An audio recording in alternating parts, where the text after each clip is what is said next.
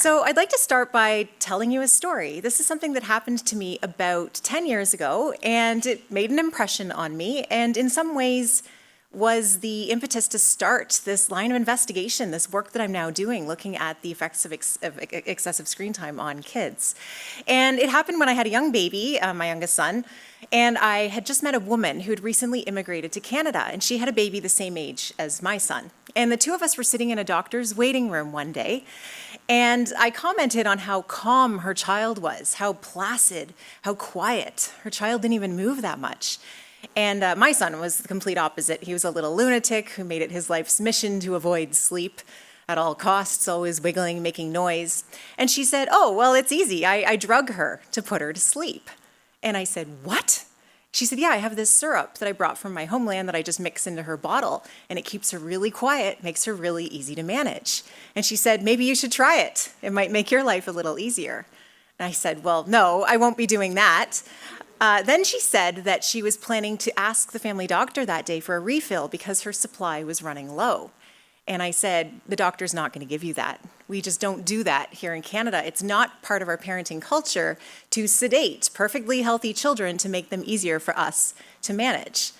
And she wasn't very happy with me. She looked around the waiting room and then she turned back and she said, "Are you so sure about that?"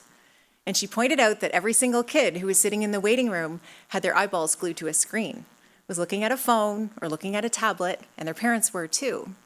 And it was just one of those moments, a light bulb moment that went off in my head where I realized that the Canadian kids in some ways were being sedated too, just in a different sort of way. And I tell that story not to pass judgment on the parents who are sitting with sick kids waiting to see the doctor. I know that that can be really hard, but I do think that it's an excellent example of a social experiment gone wrong. That when these devices exploded into our lives a mere 10 or 15 years ago, they were met with very understandable enthusiasm. They did seem like a parent's dream come true, something that could instantly entertain a child no matter how they were feeling. But over time, we're starting to get this sense that something's gone wrong.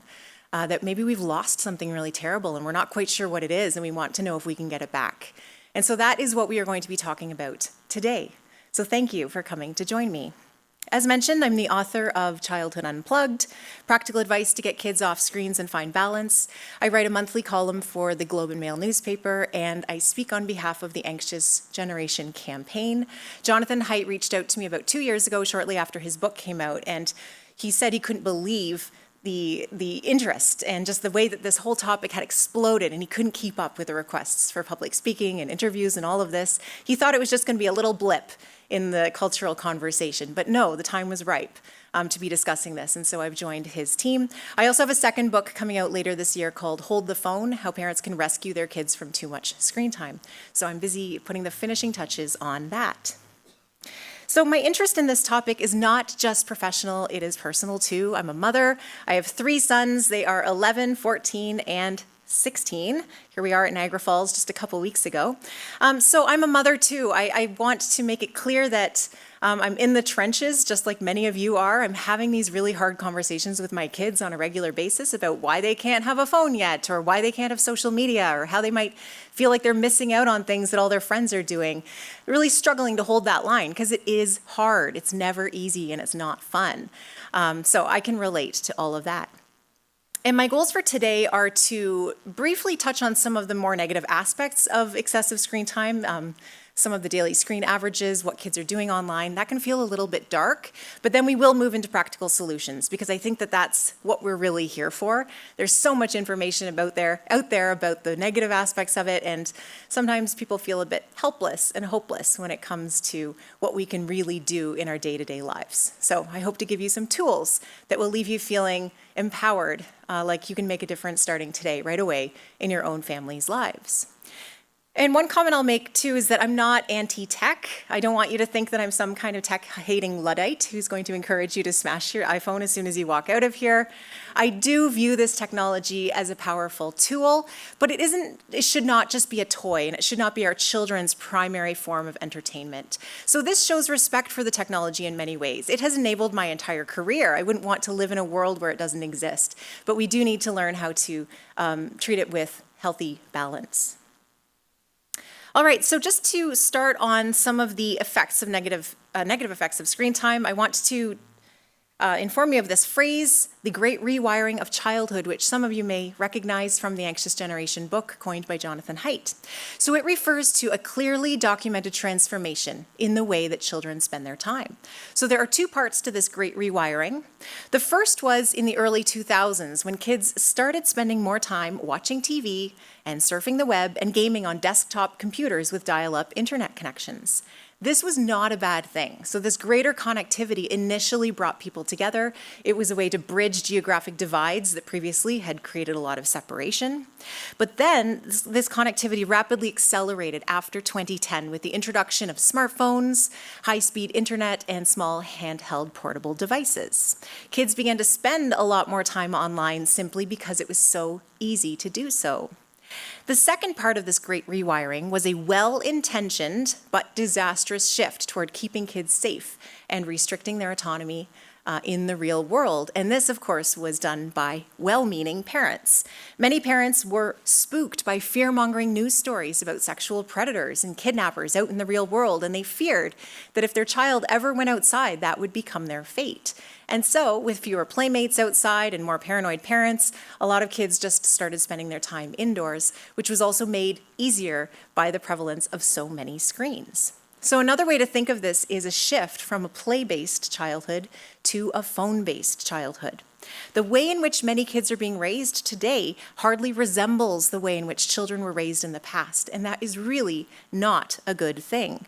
Free, imaginative, unsupervised play with other kids of mixed ages is crucial for child development. In fact, its small-scale challenges have been described as an inoculation that prepares children for the bigger challenges that they will face ahead.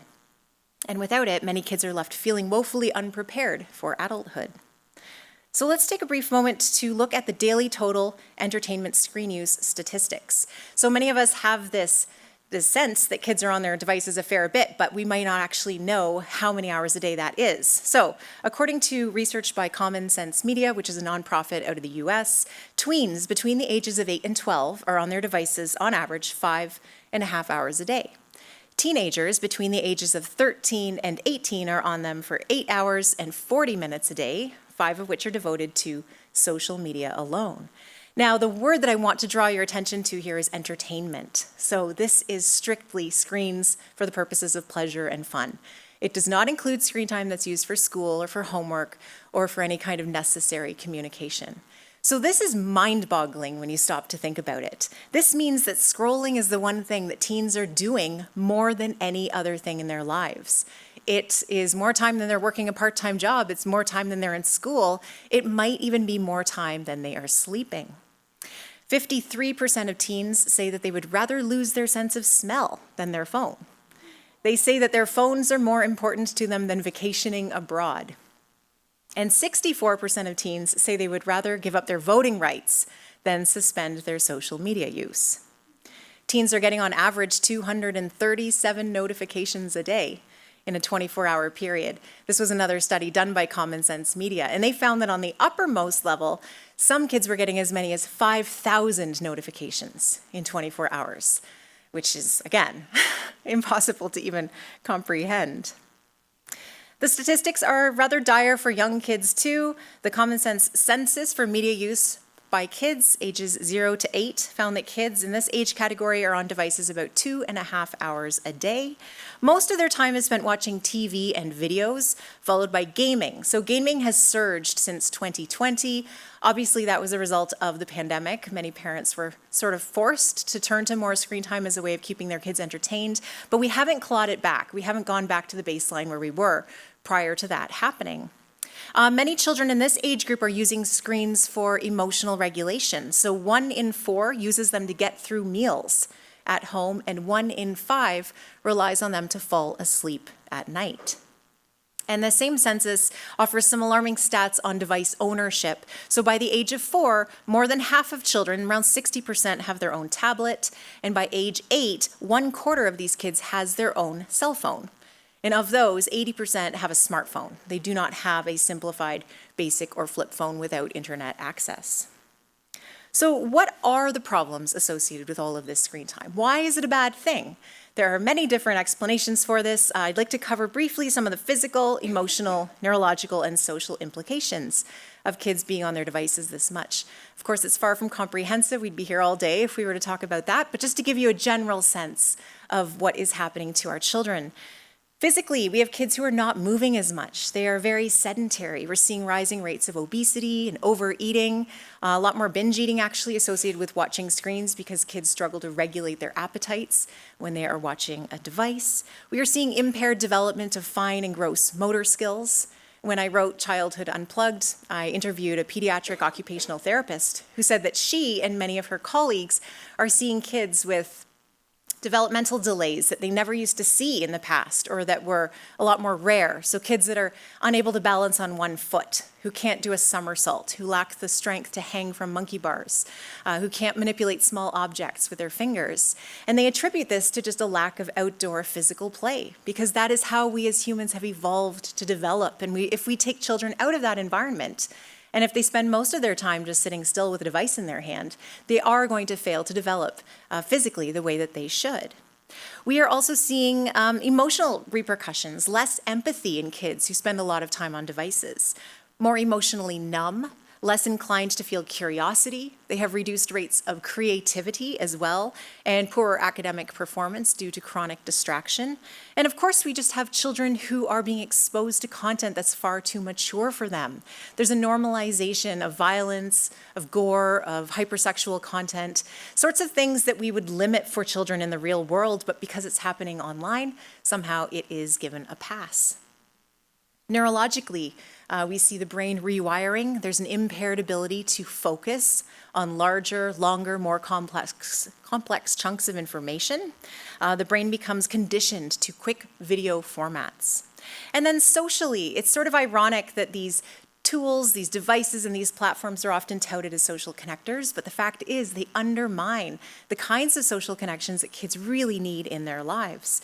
There's increased cyberbullying, online cruelty. This has an impact on kids' self-esteem, on their self-image. There are fewer in-person interactions, fewer opportunity even for kids to talk to their own family members, the people who live in their homes, because they're channeling that time and that energy and that attention to online interactions. So what is it that kids are spending their time doing online? These are generalizations, and of course there are exceptions, but boys tend to gravitate to YouTube, Reddit, online multiplayer video games, and porn. And this is because these websites offer boys the kinds of agency-building activities that they crave in the real world. So these are things like exploring and competing and playing at war and mastering skills. But the problem is, if that happens exclusively in an online environment, it leaves the boys feeling like they lack practical skills and they still remain profoundly isolated socially. Girls gravitate to social media platforms, so things like Instagram, TikTok, and Snapchat, among others. This is because girls are deeply affected by visual comparison. Their aggression tends to be more relational, and these platforms make it very easy to be mean to each other. And girls are more prone to sharing emotions than boys. In fact, when they are on these platforms, the more emotional they are, the more attention they get. And of course, the results have been disastrous for young people.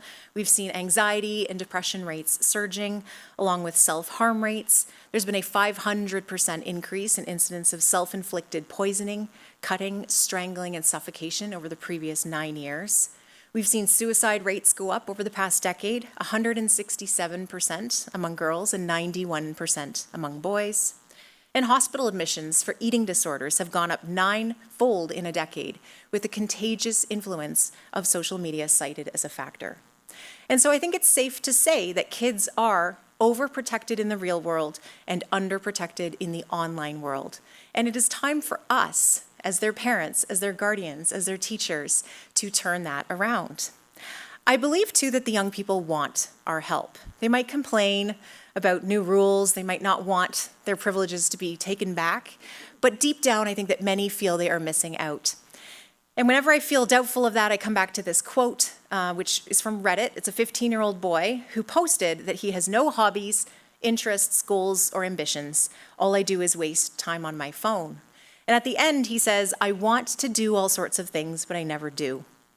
My screen time is almost 11 hours daily, and I feel like crying myself to sleep. How do I stop this crippling addiction that I have with my phone? And this just hits me every time I read it. I don't know who this boy is. I don't know who his parents are, what his situation is. But it's absolutely heart-wrenching to think of this child who is being deprived of the opportunity to do amazing things, to find himself, to discover new interests and hobbies, because we are asking him to do what's impossible, to be able to resist that siren call of his device. He can't do it alone. And that's where we come in. We are parents, we are teachers, educators, healthcare providers, social workers, so many different things. Many of us are interacting with children in different ways. And there's something that each of us can do. So I don't want to oversimplify this problem by any means, but I do see it as being multi-layered. So we have the high-level changes that need to happen, the legislative changes. We do need laws to protect our children. The Online Safety Act that people are discussing here in Canada, we need laws to protect our kids. We need to hold the tech companies accountable as well. And we are seeing that, which is great. There was obviously a couple landmark rulings that happened in the US in the last couple of weeks, holding Google and Meta accountable for the products that they've designed as being harmful. And that's very important because these companies could and should redesign their products. They could do so quite easily. They're just not incentivized to do so because there's so much money on the line. We also need school boards to implement tougher rules surrounding the use of both personal smart technology in the classrooms as well as educational technology in the way that our kids are being taught. So that is another layer of this problem. And then we have the layer of the parents. And I use the word parent broadly, of course, to refer to anyone who's interacting with kids at home or on a personal daily level. Parents can do so much. And I think that right now in this discussion, societally, there's sort of a tendency to throw up our hands and feel like it's too late. There's nothing we can do. We can't walk this back. That ship has sailed. Our kids are too old. I wish I'd done things differently. I cannot overemphasize the amount of regret I have heard from parents who've come up to speak to me after presentations like this. And I feel like it isn't too late. There's so much that we can do. So I'm going to give you a few suggestions. In the interest of time today, I've narrowed it down to just 4 different ideas for ways of managing screen time in your home with your own kids. But I'm sure that we'll be able to get into more over the course of our panel discussion too. So if I were to offer you 4 guidelines to manage screen time at home with your kids, it would be these. So number 1, you can say no. Number 2, no smartphone until the age of 16. Number 3, establish screen-free zones. And number 4, allow more real-world freedom. So I'm going to start with number 1, which is you can say no. This is really hard for us as parents. I don't want to say that it's easy, but I think that it's a very key point of this entire conversation about kids and screens. As a parent, it very much is in our nature to want to be our child's friend, but when it comes to devices, we can't be. We have to hold the line, we have to set boundaries, and we have to hold them for the sake of our children. And when you think about child psychology, as kids grow, their job, especially as teenagers, is to test those limits. And our job is to hold the line and to push back and to make it clear what is safe for them to do and what is not. And I think that children ultimately feel better when they know that someone is looking out for them, when someone who knows more about these devices and their implications is willing to stand up for them and say, no, you're going to have to wait a little bit longer. So know that you are in charge, that it is okay to say no to your child. You can also view it as being armed with new information. So don't beat yourself up over decisions that you may have made in the past. Many parents feel that way, and yet you didn't know what you didn't know 2 years ago, 5 years ago, even 10 years ago. What do you know now, though? And I think that that's where we do have a duty. We have an obligation to revisit the rules surrounding screen time in our homes and in our households based on the new information that we have acquired. And it is okay to change your mind. Often we think of changing one's mind as being a sign of flakiness, of maybe not being well informed, but I don't think it is. I think it's a sign of ongoing growth, of maturity, of being willing to learn and absorb new information and then change course accordingly. And so it is okay to set limits. A great quote that I love from Dr. Becky Kennedy, a family therapist, says, "Think of yourself as a pilot who always has the right to return to base, should the skies be more turbulent than expected. In fact, this is something the passengers would want the pilot to do, even if they seem annoyed in the moment. You are the pilot of your family plane. Or a more humorous take on it from Scott Galloway, my job as their dad is to be their prefrontal cortex until it shows up. Now, Galloway has 2 teenage boys, so I live with a few teenage boys too, and I'm also waiting for those prefrontal cortexes to make an appearance. So in some good news for those of you who have devices in your home, of course, which everyone does, screen time sort of exists on a spectrum. There are better forms of screen time than others. So I do like to tell parents that you can choose good screen time over worse screen time. So, for example, good screen time would be a long story about people in a world with moral values or some sort of character development watched on a big screen with another person. So in other words, a family movie night would be a positive use of screen time for your child. A couple interesting points here. Watching on a big screen is actually said to be better for the child in terms of neurological stimulation. It's better for the child to be sitting back from the device on a couch, looking at a screen that's on the wall, as opposed to holding a tiny screen just a couple inches away from their nose. Also, if you're watching on a TV in a living room, it can become a communal event. It invites other family members or friends to join together, and it becomes something that you're doing all together. A movie, especially a well-made movie, is an art form. It can give a kid a lot to think about after the fact. So in that sense, it is a positive force in a child's life.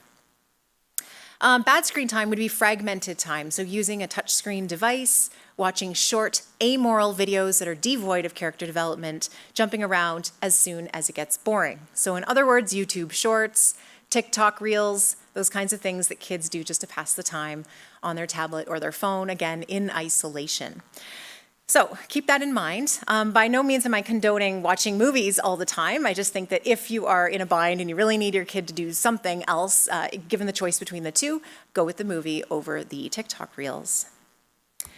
I found this interesting, this example of screen time allowances from Dr. Victoria Dunkley. She wrote a book called Reset Your Child's Brain, which I highly recommend, and she works with kids who are struggling with extreme tech addiction. So parents will often ask, how much is okay? And a lot of organizations now are very reluctant to actually offer hard rules when it comes to screen time advice. But Dunkley offers a number of different examples here of screen time allowances that might work. This is based on whether or not your child can actually handle screen time in any kind of way without it having negative repercussions. So she said, for example, you could say that there is no interactive screen time, so that would be iPad or phone time at all in your child's life, and only 30 minutes of TV per day after homework. So interactive is much worse than passive screen time in her opinion because it is more neurologically stimulating. It's a lot harder for a child to come down from spending time on an iPad versus watching a movie. She says maybe you could just say 30 minutes per day of passive or interactive after all of their homework and chores are completed. You could say if homework and chores are done, they get 5 hours per week of passive screen time only and no interactive screen time at all, except on special occasions.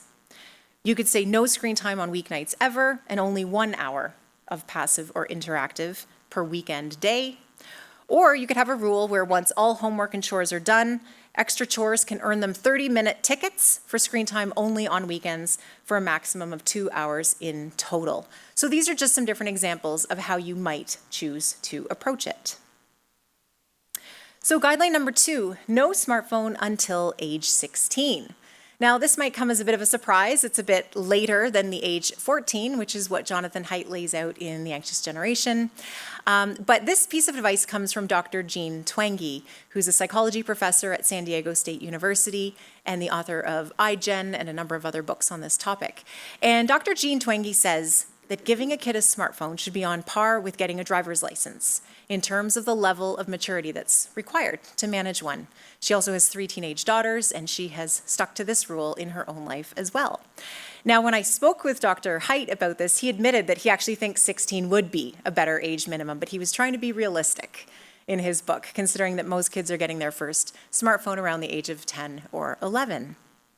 So it's interesting to think that we do limit access to all kinds of other substances and activities that are potentially harmful or addictive to our children. We don't let them get tattoos. We don't let them buy alcohol. There's many different things they can't do until they are a certain age. We recognize that there may be exceptions to that age, that some kids would be ready to drive a car, let's say at age 10, but some kids at age 20 still aren't. But we are content as a society to set one age as a limit and stick with that one as being generally acceptable for everyone. There's no reason why we couldn't do that with smartphones. Now, this does not mean that your kid can't talk to you or can't talk to any of their friends until they're 16. There are so many alternatives that exist out there for your child to still be able to communicate. It's not about limiting social connection, just finding things that are less harmful. So for example, you could get your child a flip phone or a basic phone. Unfortunately, we have fewer options in Canada when it comes to basic phones. In the US, there are a lot more phones that look like smartphones but don't have internet capability. I think that there's a great business opportunity there for Canadian telecom companies to pick up some of those phones that kids would like to use here. I did offer my son a flip phone at one point, and he said he didn't want to be caught dead carrying one of those, that he would rather not have a phone at all than be carrying one of those. So I don't know, there is some work to be done there. We have a landline in our home, and that's actually worked well for my younger kids in particular. I like the landline. I can call the house. I can reach them at any point. My kids use computers for messaging. So this is a big thing. A lot of kids text. That's mostly how they communicate now. So my kids have been able to log into a desktop computer using an Apple ID, and they can still send iMessages to their friends. And they can participate in group chats. They get their fair share of ridiculous memes and videos and whatnot. But the point is, it exists in a single permanent location, in a common area of the home. So there's nothing isolating about it. There's nothing portable about it. They have to make a conscious choice to come sit down at the computer, log in, check their messages, make plans with their friends, and then go meet their friends wherever they are planning to hang out. So that has been a really good workaround for us. When a child gets their first phone, so my oldest son turned 16 last summer, and I waited until about October, November to get him his first smartphone, there was a very strict contract that laid out expectations for use as well as consequences for misuse. And some of those rules involve no social media. He still can't have that. He is not allowed to keep the phone in his bedroom at night. It never goes up there. It charges in the kitchen, stays in the kitchen. He cannot take it to school either. It has to stay at home. So really, it limits his access. He has to essentially stand in the kitchen in a common area of the house whenever he looks at his phone. This might sound a bit draconian. He's thrilled that he has one. So it seems to be working so far. Also, I own the phone. I have the password. He knows that I do periodic spot checks without warning. And I do. I have to actually be disciplined about picking it up and checking it and making sure everything's okay. And so far, we've had no issues. He's moving abroad next year for a full year of study, so we felt that it was a good chance to sort of ease him into it instead of it coming as a shock as soon as he left. So the other big benefit of waiting until 16 to give your kid a smartphone is that it keeps your kid off social media longer, because it is very inconvenient to have a social media profile if you don't have a smartphone. Yes, you can log in on a desktop computer. Some families will use that as a sort of way of making social media less addictive and insidious in their kids' lives. But really, smartphones are what make social media as big a problem as it is. And I think that many young people really don't like social media all that much. They just feel trapped by this collective action problem. They feel like they have to be on it because that's where all of their friends are. And this research from 2023 is quite fascinating, a survey of over 1,000 American teens that asked them what they actually think of social media. And what they found is that 48% of kids would undo Snapchat and 47% would undo TikTok. So they would delete these platforms from the face of the earth if they were given the opportunity. So as parents, I think that we can protect our kids. We can give them a way out. We can delay their access to these platforms as long as we possibly can. There's another great organization called abstinence.org, APP, abstinence, clever name, which is also advocating for a social media-free life. And it is created by young people themselves, high school students, college-age students who are saying, we don't need to be on these platforms at all. It doesn't need to be treated as an inevitability, as something that we just automatically sign up for at a certain point in our lives. So that's sort of a refreshing take on this whole conversation. Some sample scripts again from Dr. Becky Kennedy that you can say to your child if you're choosing to walk back smartphone use or social media access. You can tell your kid that social media isn't an option right now. I know that's not what you want to hear. I know this makes your life harder in some ways, and I know we will get through it. Or you can tell your kid, I've learned some new things about a specific app or behavior, and I'm going to be changing the phone rules. I know this is frustrating, and it's important for your safety. I get that it feels annoying and will take some time to get used to. My third recommendation is to create screen-free zones. So when you look at life right now from the perspective of a child, phones are everywhere. People are on their devices constantly, all the time, everywhere they go. And I think that that's unfortunate because it's also conditioning them to do the same as they get older. So make a rule that no phones are ever allowed in your kid's bedroom, ever, especially at night. That is because bedrooms should be strictly kept for sleeping, and even the most trustworthy, well-behaved kid will not be able to resist looking at their phone at some point in the middle of the night. Also, our judgment is worse at night. That's when mistakes happen. That's when people do things that they regret. So again, just keep the phones out completely. The same goes for video games. Cars should be a time for conversation. This is something I've been thinking about more as my kids are moving through their teenage years.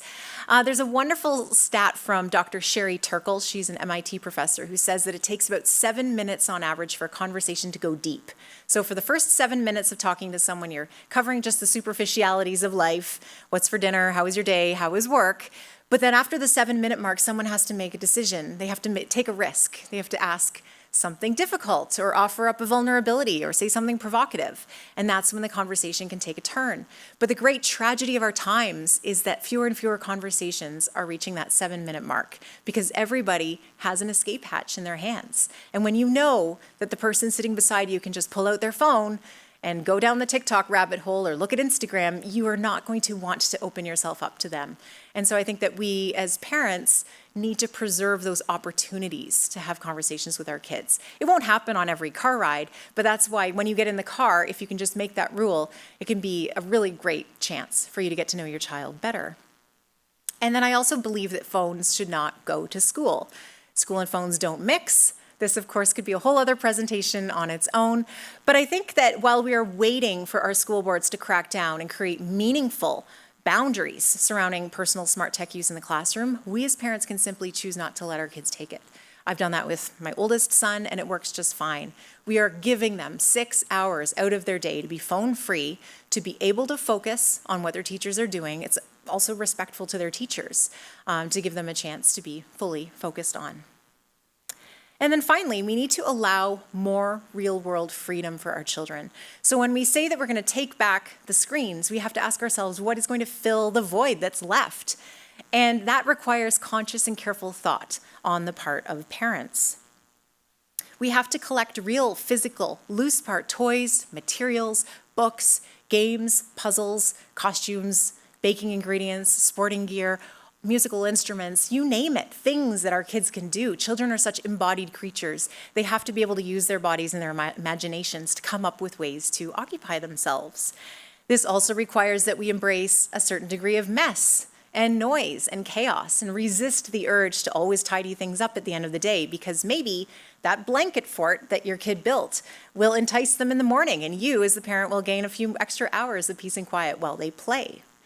I also think that kids need more silence in their lives these days. There's a tendency for them always to be blasting music and shows on iPads and TVs, and yet it's in silence that kids can brainstorm and daydream and come up with some really interesting new ideas. And that's also what's conducive to reading, to picking up a book and losing oneself in those beautiful literary worlds. We should try to make our yards inviting. Look at your backyard and ask if there's things you can add to it that make your kid want to go outside, because outdoor play really is a fantastic way for kids to spend their time. And as parents, we have to consciously build our children's social lives and then let them go. Give them more responsibility, give them more freedom, give them the tools to be able to navigate outdoors, to be able to ride their bike to a friend's house if they can. All these little things give them a whole lot more freedom in the real world and make it feel a lot more inviting and exciting to them. So you could make a number of everyday house rules. I would recommend having regular tech fasts. One rule of thumb is an hour a day a week, and a week out of every year at minimum. You could create a family workstation. So again, in a common area of your home, have a desk where kids do their homework. Now that my kids are in high school, they were both issued a laptop by their public high school in Ontario, which obviously is frustrating, but they now have to do their homework at the table, the dining table, where, it might be a little more distracting, but at least I know that they're not going to be as distracted going down YouTube rabbit holes as a result of that device. You could create, you could have a lockbox or a phone hotel, as one of my friends calls it, which is a place where people, when they come into your home, my kids' friends now have to do this. They just deposit their phones in this common area, and then they can go off and do their business. I once heard phones described as being sort of like outdoor shoes, really practical, wonderful things when you're out in the world, but when you come into a house, you take them off. They're kind of gross. You don't need to parade your shoes or your phone around the entire house in every single room, everywhere you go. So there's no reason why you can't just have kids, deposit them on the kitchen island. I find that with my kids' friends, they're a little less inclined to come look at their phones because it involves making small talk with me in the kitchen. So they will go off and do other things. You could have a shared family phone. So some families I know are doing this where it's a smartphone, but it is loaned out to whatever member of the family needs it for a field trip or another trip of some kind, instead of buying each family member their own phone. Again, a landline can be quite an effective way of keeping in touch. You could make exercise a prerequisite for screen time. So this would not be like a 1-to-1 ratio, but you could simply make a rule that they have to spend an hour outside, let's say, before they get any screen time at all. And always use timers for allowances. So if you were to create some screen time allowances like the ones that I mentioned earlier on in the presentation, be strict. Have an egg timer, use the timer on the stove, whatever it may be, to make sure that they stick to those rules. And of course, parental modeling matters. As parents, we are never not modeling, and our kids learn more from watching us than they do by listening to anything that we say. And so we have to ask ourselves, how do we spend our own time? If we want our kids to go outside, do we do that too? If we want our kids to be reading books, are we reading books too? Do we prioritize face-to-face conversations? Do we spend time away from our devices? This is all incredibly important. And I really like the 4T rule, which is no talking, texting, tapping on a cell phone or TV when others are present. So by all means, do these things when you're all alone if that's how you wish to spend your time. But if someone else is with you, especially your kid who's learning from you every single minute of the day, maybe try to save those things until they have left the room. I really love this phrase, digital modesty, coined by British writer Mary Harrington, who says, "It is a general disposition to avoid any form of online self-presentation that veers into spectacle." So Harrington writes about how she does have an Instagram page herself, but she refuses to post any photos of her kids or of her husband, no selfies, and then she says that there is a hard rule that she will not discuss any interpersonal relationships with anyone else without express permission from that person. So just a way of, like she said, to avoid spectacle, to really think consciously about what we are presenting to the world when we post things online. I'd like to leave you with this graphic, which I quite like. We adults choose what is hard, and when we are willing to make hard decisions up front, it can lead to an easier life ultimately. And if we just make the easy decisions, it can also lead to a harder life down the road. So I think that saying no to your kid is really not as terrible as it seems. You are in many ways giving them back the chance to have the childhood and the quality of life that they deserve. And when you say no, you are having one fight with your kid. And it's not a fun fight, not an easy fight, like I've said. But if you open that door, you will have 1,000 fights. Once you open the floodgates of the whole world, all of the internet, giving that access to your child, you create endlessly more problems for yourself. So try to reframe this narrative. You are opening them to life and giving them something back. Thank you so much for listening to me today. It was a pleasure to speak to you.